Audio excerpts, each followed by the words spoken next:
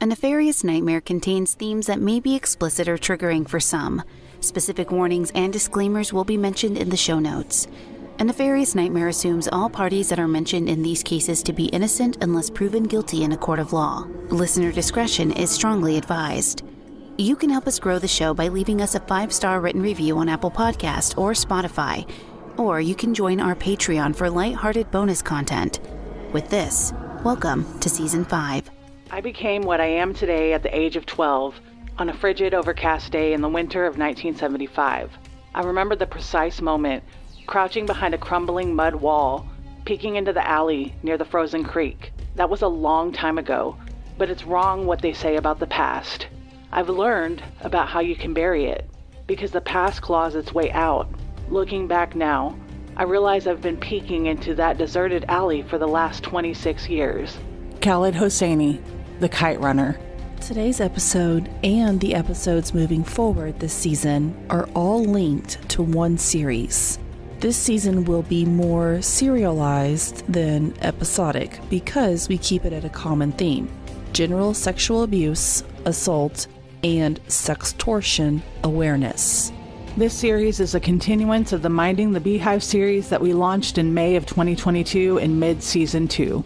While some justice has been seen, and unfortunately he is free at the time of writing this, we still felt the urgency to expand on this with different forms of sex crimes. The one that will arguably take over is about sextortion, which is phase 1 of this series. With that, I'm Courtney Fenner. And I'm Amanda Cronin, and A Nefarious Nightmare presents Still Minding the Beehive, Surviving Sex Crimes, Part 1.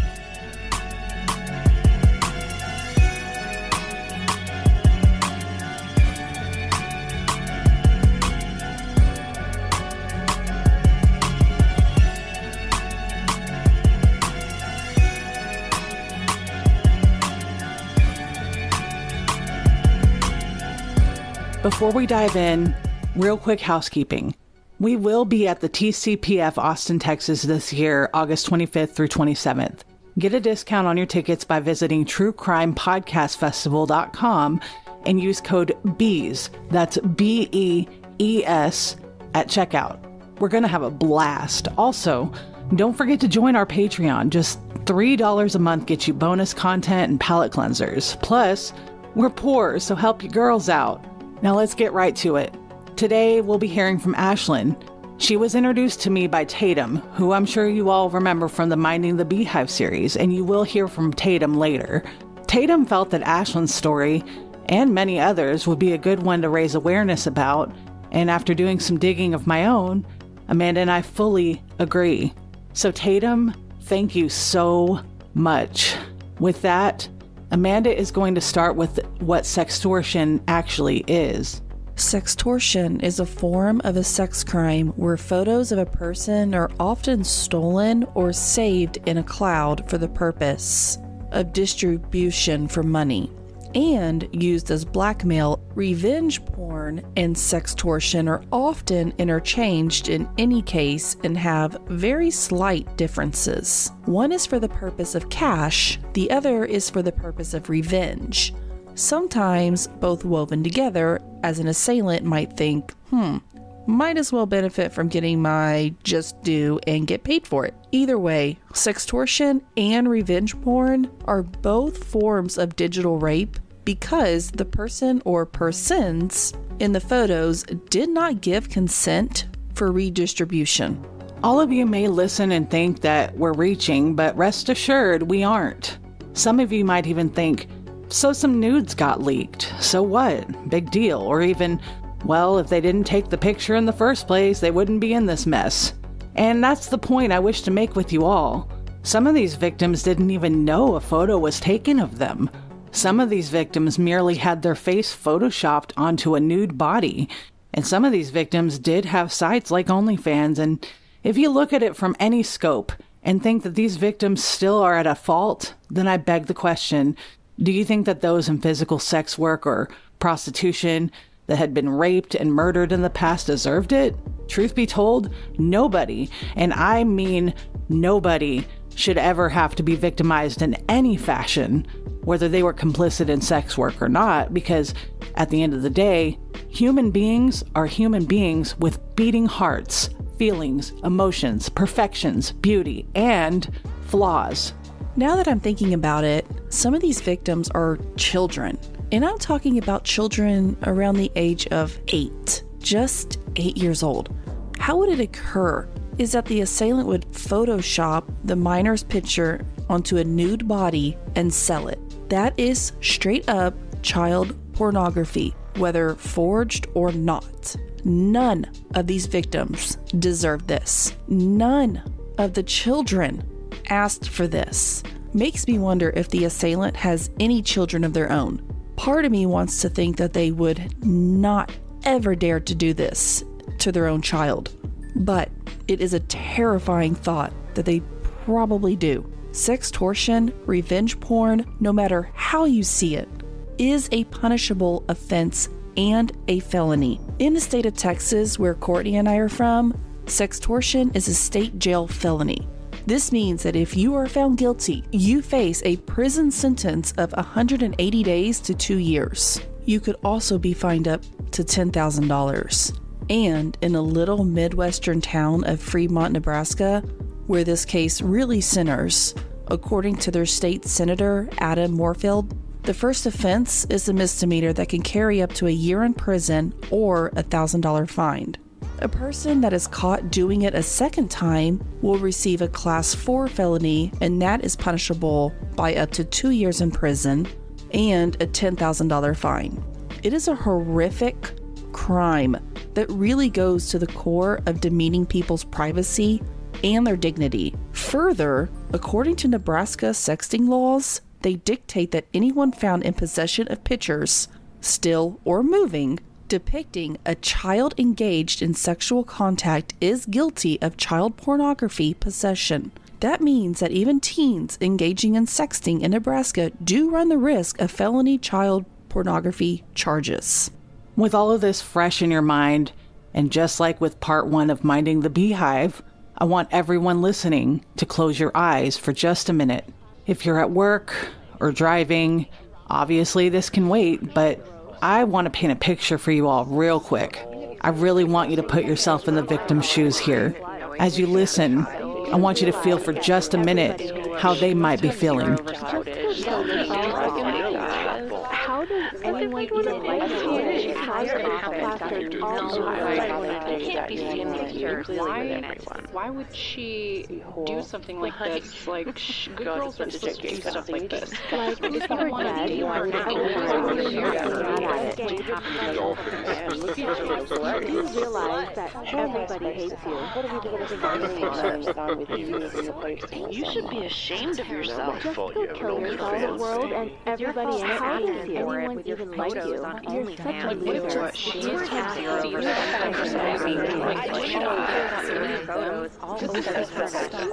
wish this would stop. No offense, but nobody cares about you. You're dead. They sent an email. It's already been rough. I'm scared. How did they get that? That wasn't me. I feel so alone. What will my parents say? What will happen to my career? I feel so violated. Why is this happening to me? How could I be so stupid? I'm scared for my kids. They know where I live. I don't want to lose my job. The entire school knows. How did they find that? How can I hide this? I feel so angry. I'm terrified. I wish this would stop. I wish this would end. I just want to die. I just want to hide. There's no use in living. I can't forget this away. I wish this would stop. What do I do? How did this happen? What's going on? They sent an email. Today's already been rough. I'm scared I'll relapse. How did they get that? That wasn't me. I feel so alone. What would my parents say? What will happen to my career? I feel so violated. Why is this happening to me? How could I be so stupid?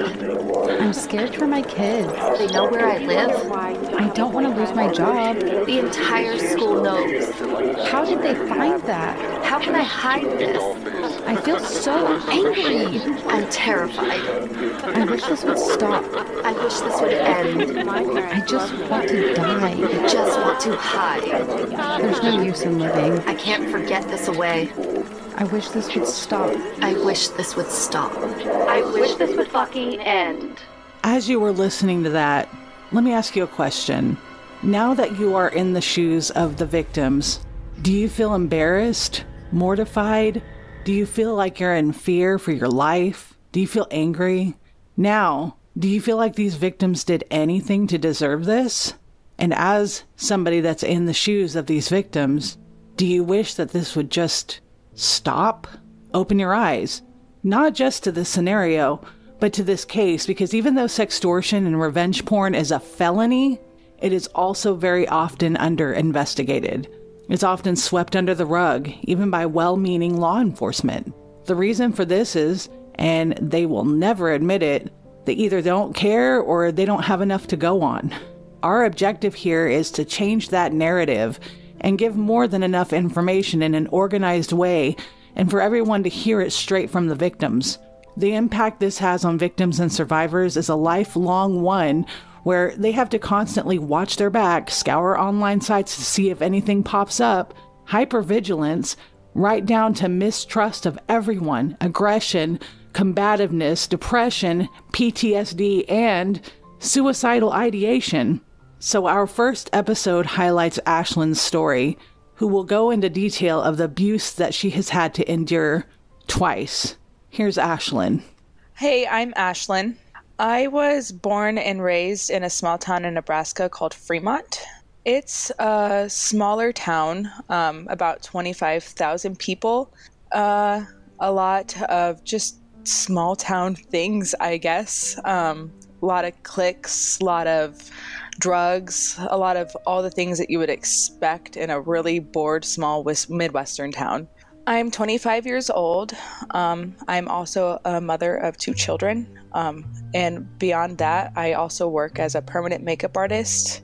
I would have to say that creating meaningful experiences with people's bodies is a really big passion of mine, along with just being creative in general. I like creating art and enjoying music and doing makeup and just all things in that realm.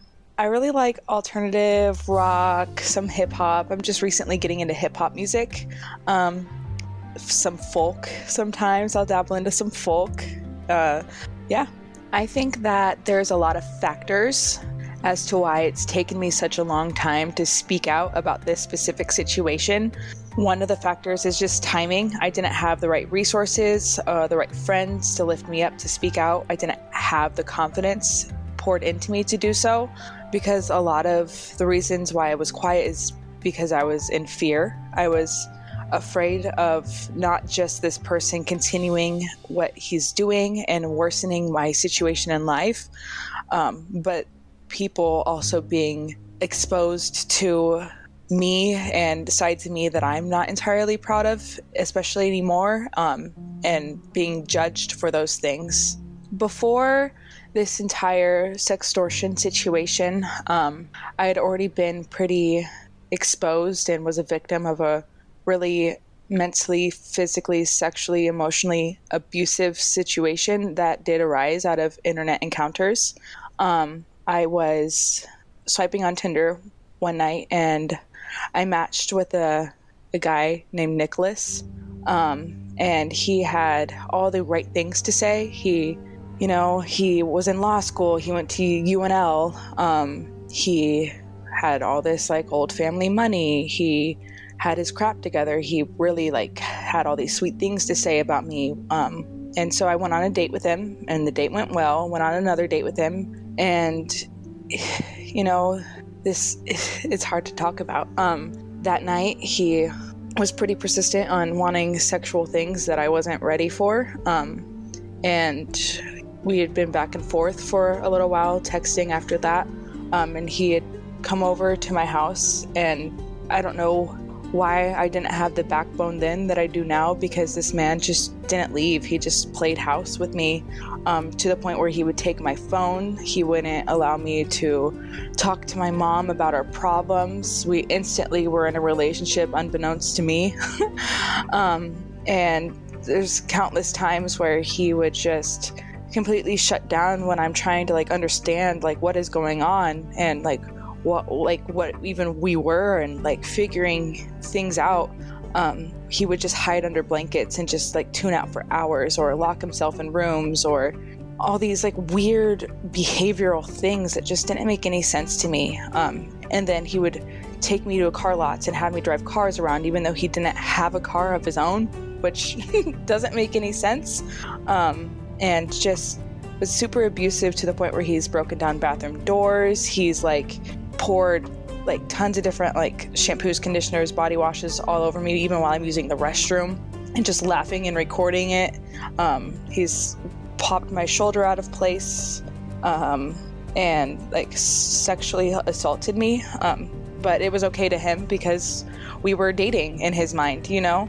And it got to the point where I was just done of being like a passive person about this. So I took my 9-month-old daughter and I put her in a room or somewhere, and I ran out the door because he had both my phones. I ran out the door and tried to get to my neighbor's house so I could call the cops to get him to leave. And he pulled my hair and dragged me back to the front porch and just started wailing on me. And thank God there was a woman driving by, because she called the cops and grabbed me and my daughter and pulled us in the car. And I'm talking to my friend Madison through text while this is all going down, and next thing I know, I get a screenshot of his face attached to a name with a different last name that I knew of, where he was a sex offender from Missouri. And come to find out, after like this month and a half excursion with this human, I was pregnant. And I didn't know what to do after already having one that was not even a year yet. So I had my son, and he just still finds ways to infiltrate my mental health and my life, like promising me money, and then when I won't agree to send him a booty picture, he'll just ghost me, or like just bait me and then trigger me and then completely just leave me feeling empty again, over and over and over again. He was arrested afterwards because I think the situation, to my knowledge, is that he had broken his probation for being in Nebraska, or maybe he didn't re-register by living in Nebraska, something along those lines. And so he served time in Missouri, but now he's out running around because I was too scared to even press charges that day. Because I remember when I was sitting in that car with that woman and with my daughter, I looked over and he's in my front yard with a knife saying, "You did this to me. You did this to me." The occurrence with Nicholas happened in 2018. Found out I was pregnant in 2019. And the sextortion situation, it had already traumatized me. It made me fearful of like how things can quickly turn bad, or how demonic and evil people can be on the internet, or just even in person, you know, like how untrustworthy people are. So with the situation that's happening now and how relentless this human is, to me, it opens up a lot of fear and wounds in my life. Initially, I didn't realize it was connected until recently, started in 2020 for myself, and then stopped immediately and picked back up again in 2022. This also all took place in Nebraska, in the same town that I grew up in. With the sextortion situation, the offender at hand, it's difficult to know if I've ever had any direct contact with this person, because I have so many like voices in my head saying that it's this person, it's this person, it's this person. I do have very strong gut feelings towards one. Back in 2020, I had started doing a lot of hypersexual activities, and I think that it was a big response. I believe that after that occurrence with Nicholas, it definitely triggered a hypersexual type of response out of me. And so I started trying to find a source of income with the 2 new kids that I had, and started trying to do OnlyFans, and was super new to the scene. I was not educated properly. I didn't really know much about the rules.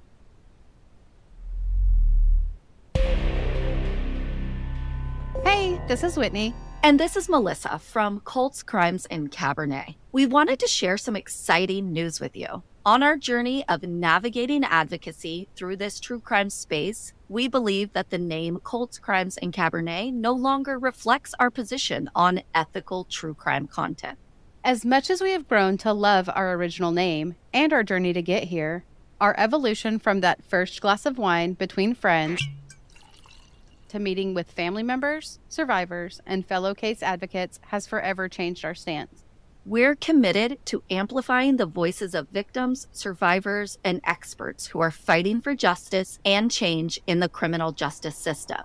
We're here to empower you to also become advocates for change, no matter where or who you are. That being said, we would like to introduce you to our new name, Navigating Advocacy. We invite you to join us in navigating advocacy through the murky waters of true crime. Let's make a difference together. We'll see you next week on Navigating Advocacy, available wherever you get your podcasts.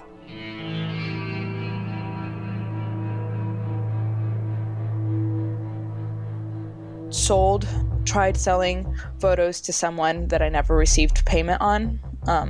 And flash forward a few days or so, I got a direct message from somebody named Anier, asking for more photos, and I didn't know what he was talking about. And I received a screenshot of the chat of where I got swindled for the photos that I had sent. And I immediately blocked him on everything.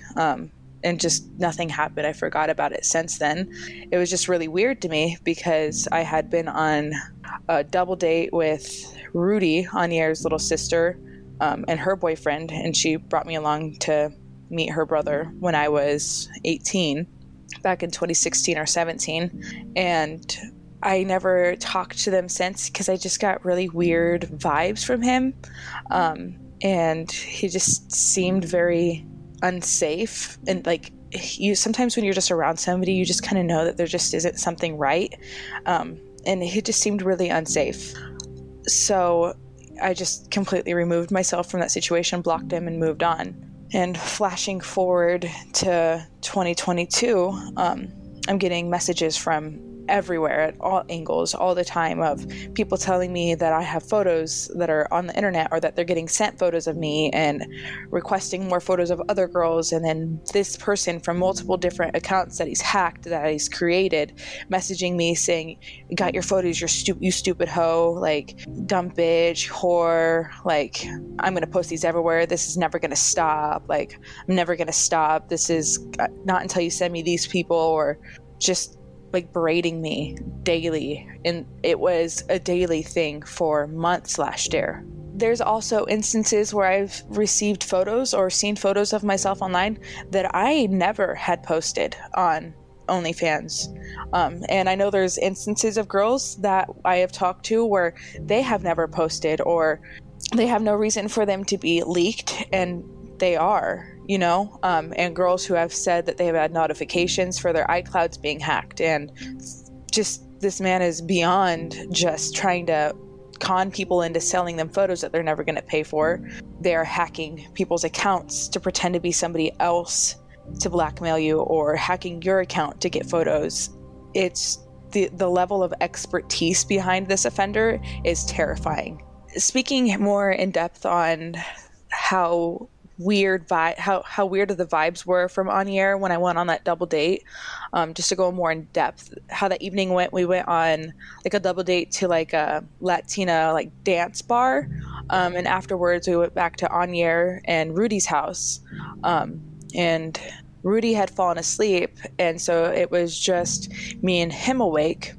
And I was already like, I kind of want to go home, like I'm tired, I'm irritable, like it was just an awkward date all around. I don't know any Mexican music, or I don't know Spanish. So I was just like, I don't know if this is my scene, you know? So I was just already uncomfortable. And like, he was just also pretty persistent on like trying to like get in my pants type vibes, you know? And showing off like his workout machines and like trying to like bait me in a way. And it was just bizarre to me. From what I can recall, I just remember feeling like, this is really bizarre. I'm never doing this again. Like, just my gut feeling feels like there's something off, and I left the situation and I just forgot about it. And I wish that I would have just, I don't know, like, what could have I done then? Because he hadn't done anything wrong yet, to my knowledge, you know? So there's probably over a dozen, maybe 20 girls involved in this and are victims of this person. And it's like he's creating a collection of how many girls in this town that he can get. And it's so gross, man. He will like just send you pictures of yourself, and we'll be like, do you know this girl? Do you know, I'll make up a name, do you know Susan Ashby? That's her name. He'll say the full name and be like, I need more pictures of you, or this isn't gonna stop. But in very broken English, and just, it's just weird. And I remember when I was initially getting contacted by this guy back in March of 2022, he kept asking for my friend Lexi. And I was like, I don't know Lexi. I have no idea who Alexi is. And then he sends me a screenshot of my children that she just posted a picture of. And he's like, seems like you're lying. This is going to get worse for you. Like, just on it. Like, and he makes it his like full-time job to scour all these girls' profile and know every single thing about them at all times. I've gotten messages saying, I saw you buy Zestos the other day with your daughter. Like, if you're not in, like, the thing is that if it were Anier, he's not in the United States. He's been deported. So if it's not him, like, who is he tracking my location? Have I been bugged? He's also said, like, there's 3 of us. There's multiple of us. So who's all in this? Like, I can't even feel safe in my own town, man. And now that I'm working in like the body art industry, they take tattoo quotes all the time, all day long there. And he's sending my naked photos to my company's email in like disguised as tattoo quotes from an encrypted email. If I had to come up with who the offender or offenders are, who they possibly could be, in my mind would be Anier. There's also a person named Christian. And I think there's another one that recently came to light that fits the criteria pretty well in amongst the group of all of us girls. Because I think his name is Brad. But this person is super slick, you know, and he never plays one role for too long, you know. To my knowledge, the earliest accounts I have of this happening to somebody in our town was to a different girl, and she said that it's been going on since around 2016, 2017, and she was also in a very committed relationship with Anier at one point in time, and Christian. There are multiple times where I've reached out to local law enforcement, like Fremont Police Department, Douglas County Police Department, and explaining the situation and maybe getting an email to a detective and sending some messages back and forth, never hearing anything back. I have talked to FBI agents who have just ghosted me. I've called the FBI about 4 times this past month and no callbacks. I've been on the news twice to cover this, and one of my news interviews was just absolutely humiliating for me, and it painted everything out to be, the narrative behind it was, don't do sex work or this is going to happen, rather than this woman is being victimized alongside multiple other girls, most of who did not do sex work at all. I think that women or men or people in general that want to go into the sex work industry, I want to speak on the fact that you should heavily educate yourself on how to go about it appropriately and have safety measures intact and really understand the risks, the pros, the cons, and go into it with a more organized and professional format rather than, hey, I'm bored, I'm sitting on the couch, I don't have any money, I'm just going to do this. Because there needs to be prepping and planning if you're going to do it safely. Because if you're just going to throw yourself into it without really being educated like I was, you're putting yourself up for really big risks, and not just like risks of your photos being stolen and losing money, but risks of your dignity, of people harassing you, degrading you, like humiliating you. There's not a lot of good people in the world, but they're just not everyone is going to have good intentions towards you. They're just not. And if you're not mentally prepared enough to handle that, then I feel like maybe that isn't for you. I don't think anybody has directly said, this is your fault. But it's not super hard to read between the lines and feel energy shifting and how people kind of tiptoe around like, well, how did it happen? Like, why? Like, did you do this? Did you sell photos? It's quite obvious when people will, like, not even on purpose, but subconsciously make the decision that, well, this is why you don't do sex work, or this is why you don't send photos, or this is why you don't take nudes. This is what makes you a whore. This is what people see when you do stuff like that. You know, initially this affected me horribly. When it all started going down, I was just like stuck in it. Like, I'd wake up and think about it and try to tackle it. And when this all started happening back in 2022, this completely deteriorated my mental state. Like, I woke up and just, it's all I thought about.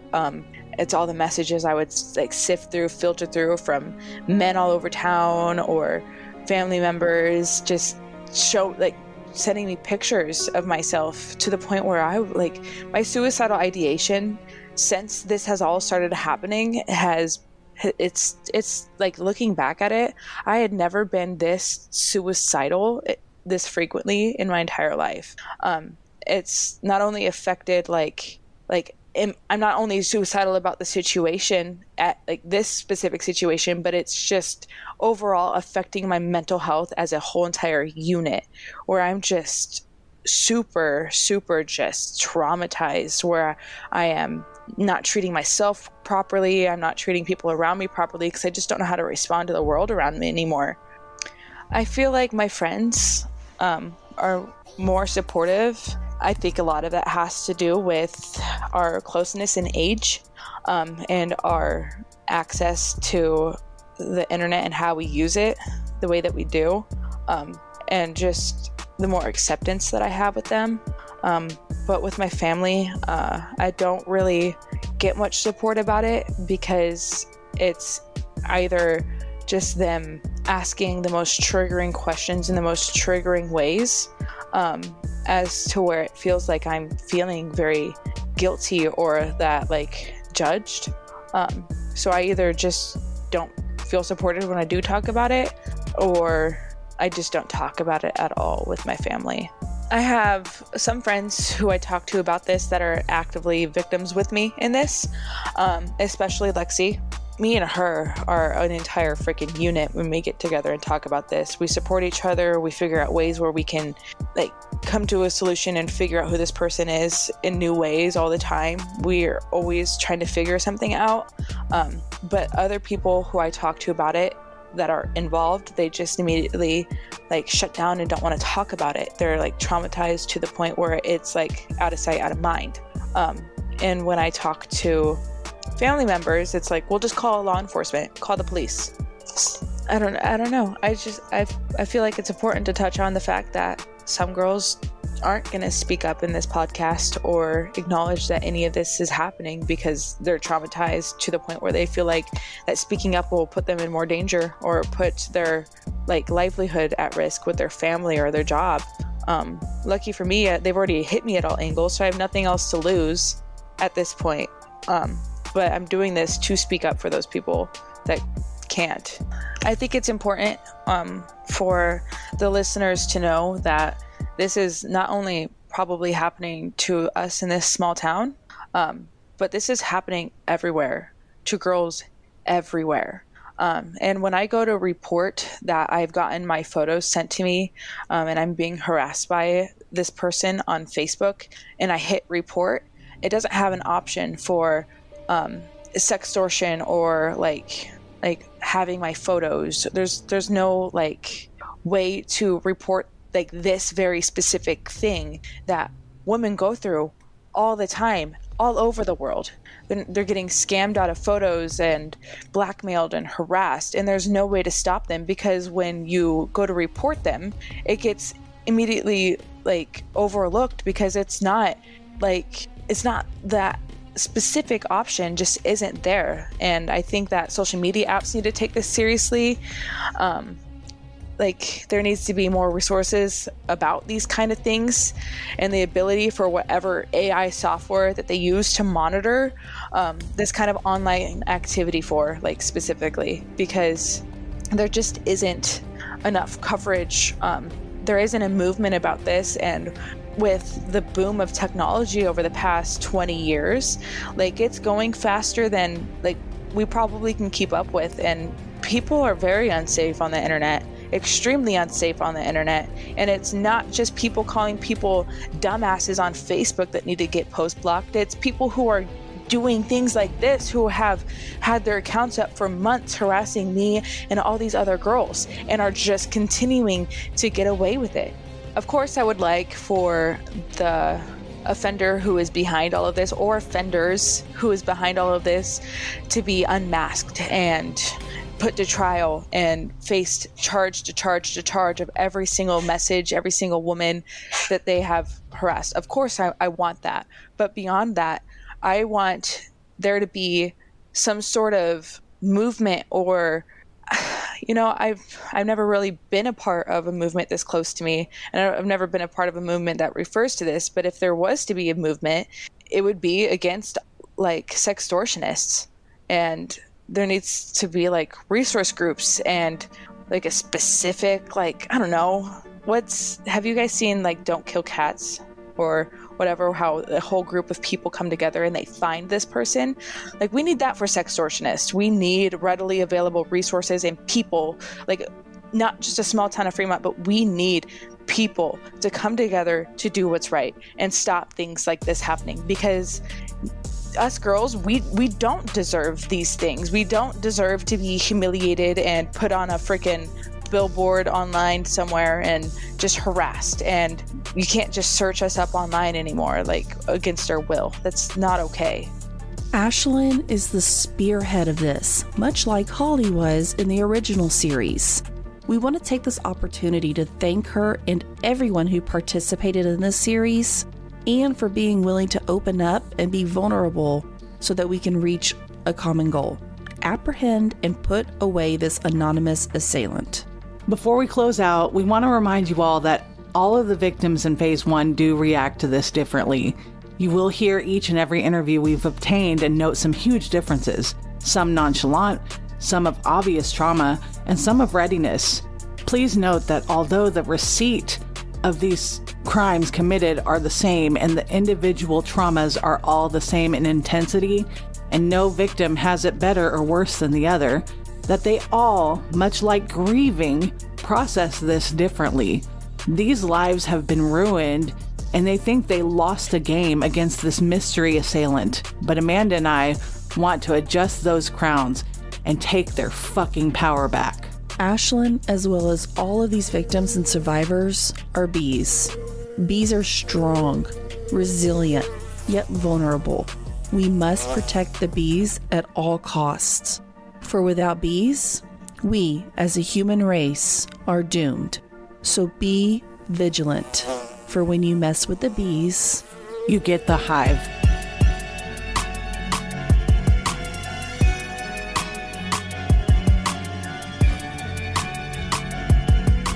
Thank you for listening to A Nefarious Nightmare. Music used in the theme was originally by Ghost Stories Incorporated, remixed by Ryan RCX Murphy. Additional background music is provided by Epidemic Sound. A Nefarious Nightmare is scripted, researched, and produced by Courtney Fenner and Amanda Cronin. This podcast is a Cloud 10 podcast, managed by Sim Sarna, Sahiba Krieger, and Jamie Rice of Murderish and Dirty Money Moves. I'm Lainey Hobbs, and as always, be vigilant. For when you mess with the bees, you get the hive.